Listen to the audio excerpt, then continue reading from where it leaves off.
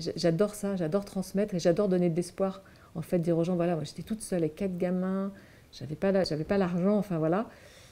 Je l'ai fait, ça a été dur, enfin j'ai ramé, tout ça, mais je l'ai fait, quoi, j'ai réussi. Et je ne suis pas non plus une superwoman, donc voilà, c'est faisable. Vraiment, on peut le faire. En fait, il faut croire à son projet. Il faut, voilà, et puis il faut se donner, quoi. Mais on y arrive.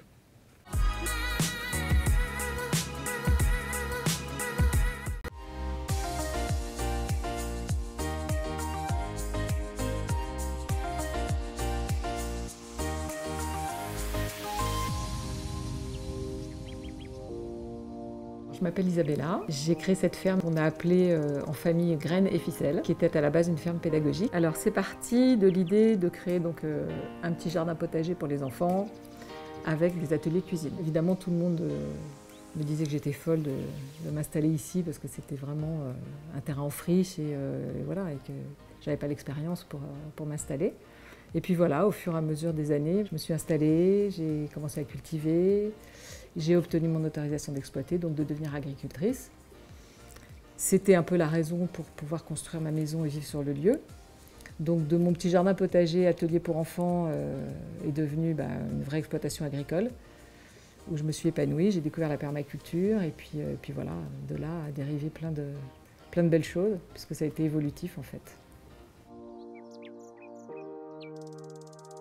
J'ai développé aussi les ateliers du week-end, où les enfants venaient aussi faire la cuisine, comme j'avais l'intention de le faire au départ, avec leurs parents. Donc du fait qu'il y ait leurs parents après voyaient le lieu, et ils trouvaient ça super chouette, donc ils m'ont un petit peu insufflé l'idée de pouvoir dormir sur place, pour profiter des cours de cuisine et tout ça. Donc après, j'ai eu l'idée de construire des écologes, puisque l'idée c'était d'être au plus proche de la nature. Et puis ces dernières années, voilà, le but final c'était d'aller transmettre, et d'où l'association SoFood. Alors SoFood, ça a commencé d'abord ici, où l'association s'appelait Les Pieds sur Terre.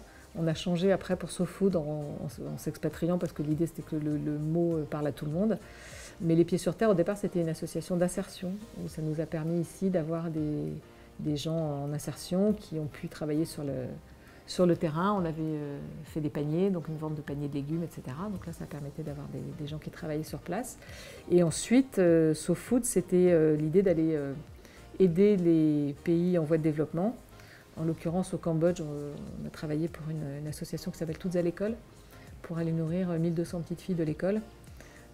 Donc voilà, donc là, ça a été implanter vraiment un potager nourricier et faire de la formation auprès des paysans alentours, voilà, pour qu'eux aussi apprennent la permaculture et puissent devenir autonomes. Parce que l'idée, c'est à terme, évidemment, de former des Khmers là-bas sur place, pour que ce soit eux qui soient autonomes et plus nous qui allions les aider.